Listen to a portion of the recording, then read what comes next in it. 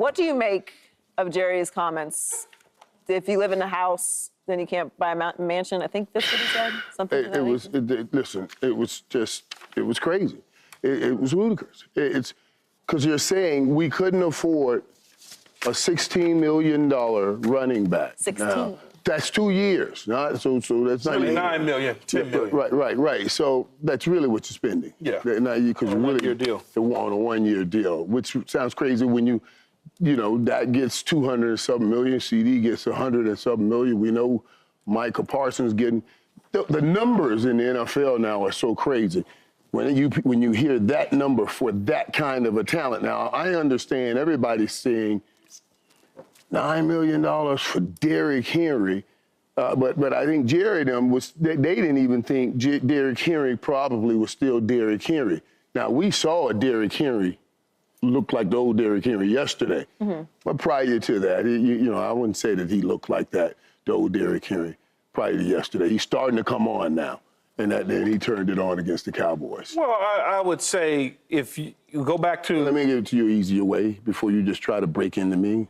Listen, there's a reason Tennessee let him go. It's another way I should say it. Tennessee, so because when you come around that corner. And Tennessee's let a lot of people go. Right. And exactly. Will Levis is their quarterback that's helping teams win games. I get all that. Understand that. Right. But what I was going to say is if you remember, Michael, when you were with me earlier in the spring and we had a conversation about signing. I wanted him. I didn't say you didn't. I wanted him. I didn't say you didn't, not at all. And I said that they absolutely should sign Derrick Henry, but I told him that Derrick Henry was not going to the Cowboys, he was going to Baltimore. That's where he was going. The Cowboys never picked up the phone to even try to see if you would even be interested to drive down the street from your home to our facility since you are in Texas. Wow. They didn't even... And that right there, Key, what you said is right. Now, had we heard that and the deal didn't get done, now you're off the hook. But you never even heard that they reached out to him. That's the key right there. You never, because he might have given you a discount since he wanted to be in Dallas. Well, I don't know that he wanted to be in Dallas. But we don't know that. Don't know that. But you didn't reach out to find out. You didn't reach out to find out. And that's the issue. And so I tried to tell Michael that one of the main reasons that they didn't sign him when he wound up going to Baltimore, it had to do with money. In many people's eyes, he's a two-down back. They look for three-down backs in this particular system. On third down, they don't want him to come out of the game. They want him to be Zeke Elliott, OZ, be able to catch the ball, detach from the formation, take advantage of safeties and linebackers. That's not his strength. They didn't want to just pound and ground, right? You look at it and say, well, why wouldn't you want that? Same thing we would say. One of the biggest problems that the Cowboys had a year ago is they couldn't run the football worth of snuff inside the red zone. When they got in the goal line, they didn't have a hammer. That's a hammer. Now, when you start talking about the money and buying a house and all that sort of stuff, they can pay who they want to pay when they want to pay. Right. And that's period. I mean, God. They can kick the can down the road at any time. You're right. You can figure out a way to finagle that cat. Yeah, they just didn't want Derrick Henry. No, they just dropped the ball on this. It's clear. Like, what else are you going to say? When a guy just runs for 200 yards on you and you could have got up for this price and you looking like, we could have had him? You dropped the ball, so what else do I say other than we don't have enough money? We couldn't get him. That's a lie, though. Exactly. Because you got money. Exactly. So what else you want me to say? You want me to say, oh, we just dropped the ball? No, you're not going to say that. You're going to say, well, we couldn't afford him. You know, we had more money to give to CD and take care of Dak and all these things. He just didn't fit into our plans. I mean, don't on my head and tell me it's raining. Exactly. What are we talking about here? You aren't paying anyone at the running back position. That is, I understand that every year we find a position that we don't really care about anymore, right? Like, that's the thing we do. Okay, the running backs aren't important anymore. Okay, you don't really need a number one receiver. Okay, the tight ends don't really matter. Okay, we're always trying to find ways where we can save money, and it's always cyclical with running backs. Someone will have a huge, super impactful season, and then they start paying running backs again. I get it. But you're spending $5.7 million in the running back position this season. The Ravens are 10th. They're spending $10 million. He signed a 2-year, $16 million deal. He's making $9 million this season. So you're telling me you couldn't find $4 million? You couldn't find $4 million? Yeah. And going into the season, that running back room was, I think everyone was just kind of like afraid to talk about it. Like, so we're we're gonna, oh, okay, like this is what we're gonna do. No disrespect, but like this is a pretty important position that we are not putting any effort or space or attention on, or money. But Michael, to your point, It's going to cost you something later, because right now they still can't run the ball. Right, and that offense as constructed. But what I saw yesterday, because what they did yesterday, they said we're going to be very physical with CD Lamb right on the ball. And we're going to put 2 people on him. And you're going to need somebody else to step up and make some plays, because we're not going to let him beat us.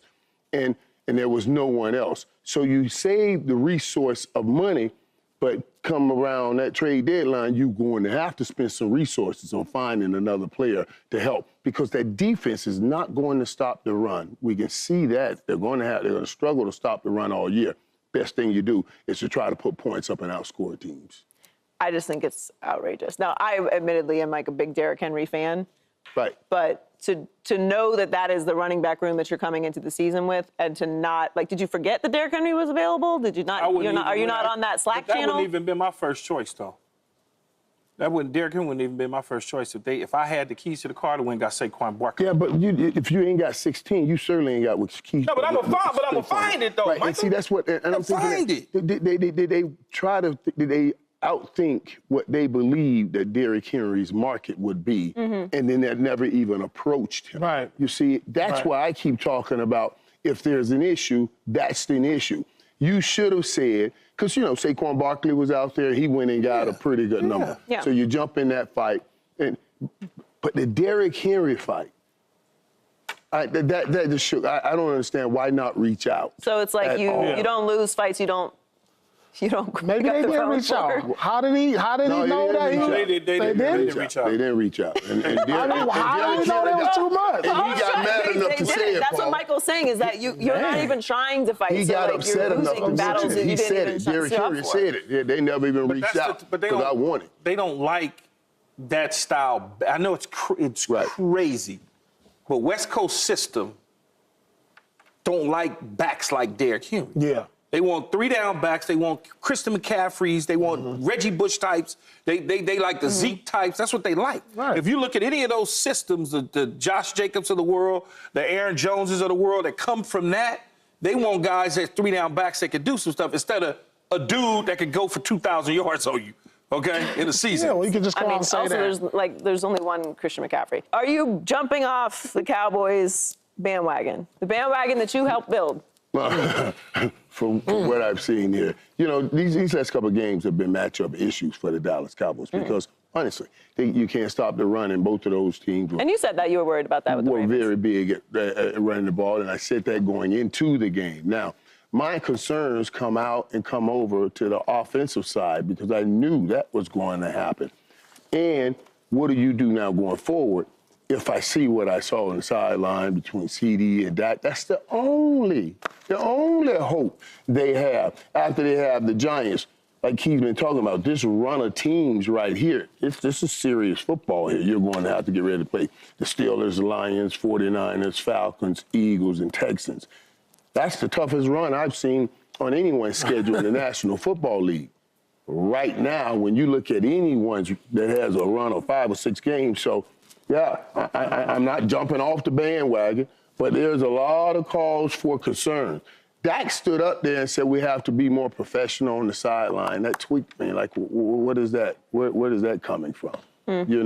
That's a shot at, obviously, some of his teammates. We have to be more professional on the sideline. So yeah, you better believe I'm not off the wagon, but I am concerned about the direction that the wagon is riding.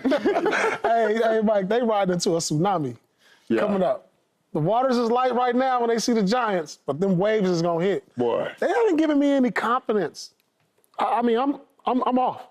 I'm off the bandwagon. If I ever was on it, I'm off it now. I'm 44 points, 40 plus points. 28 points. They can't stop a nosebleed. I don't know what it is. They just can't stop. And if you can't play any defense in this league or stop a run game, how do you win games? Especially when the offense is not that great. You can't run yourself. You're relying on Dak and CD to have a miracle game every night. And all they're going to do is jam CD, double CD, and then where do you go? So the bandwagon, it's looking pretty empty right now. It's not a tugboat. Oh no, that bandwagon is full. There are millions on the bandwagon. I can assure you of that. I was never near being on the bandwagon, but a bandwagon for what? Like a bandwagon for them going to the Super Bowl? No, I'm not participating in that. But a bandwagon for them going to the playoffs? I'm still like I'll buy into that because I don't think that anyone has really separated themselves in the division yet. Philadelphia still has some things that they're working on. We don't know what the Giants are. They look bad. They had a nice win yesterday, but, you know, expectations aren't high for them. Yeah. Washington has a rookie quarterback. So I still think the division is very winnable and things still have a lot of time to shape up. Now, if things go the way that Key says they're going to go. Which way is that? 2-4. That's going to change things a little bit because people are going to start to peel away from you. And if you lose this game against the Giants, which is a divisional matchup, it'll make things even more complicated for you. The Browns win also doesn't look so great anymore. Starting the season, it looked like that was a great win. Now it's like, okay, well, you beat a lesser team, as you should. So I don't know that everyone needs to jump off the bandwagon, but you can't run the ball and you can't stop the run. Are those fixable things? Well... You're stuttering over there. I was trying to jumping off the bandwagon. They're gauging the speed right now to see if I jump, how much it's going to hurt. I ain't never got on because I'm 2-4. Yeah, you were not on the bandwagon at all. Out the gate, I'm going to take that to my grave. But you had them winning 10 games. I don't know what I had them. I'm saying 2-4. That's what I know I got. But on top of that, 2-4, and you have Mike McCarthy. Yeah, going home. Bye-bye. Yeah. So what you said, Joy, what you said, Michael, about stopping the run. Mm-hmm. Now, we can stop at the New York Giants if we choose to and say, man, we don't need to just stay there one game at a time. They get that W, I think so. But when you start getting into these other teams, Pittsburgh, what is it that they want to do? They want to bloody your nose and run the football. Mm-hmm. What is it that Detroit wants to do? They want to bloody your nose, run the football, bite your kneecaps off. What does San Francisco want to do? They want to beat you up, bloody your nose with Debo when he comes back along with Christian McCaffrey by the time you see them. Yeah, what is Atlanta going to try to do with Robinson? They're going to try to run the football. Oh, by the way, Philadelphia had 175 yards on the ground against the New Orleans Saints yesterday. What are they going to try to do? That gauntlet right there, then if you go to a healthy Joe Mixon in Houston, although they got beat up by Minnesota, we know what they're going to try to do. Mm-hmm. That is the problem. If they don't get that fixed, it ain't going to just be no damn 2-4. We're going to be looking at something totally different, Michael, and you know it. You know it. I know there's a possibility. There's a possibility this run right here can be a real issue for the Dallas Cowboys if they don't get some kind of run going offensively. They got Pittsburgh, San Fran, and Atlanta learning how to stop the run. That I've thrown out of my mouth gate. I'm not even talking about learn how to stop the run. Man, we're done with that. Done with that. You just got to outscore. See what you can score. See what you can score. You got to be an offensive team. That's what you have to do. And that's the only way you can help stop the run is by putting up a lot of points and making that team have to throw. Subscribe here to get the latest from Speak and go watch a few segments from our other shows on FS1.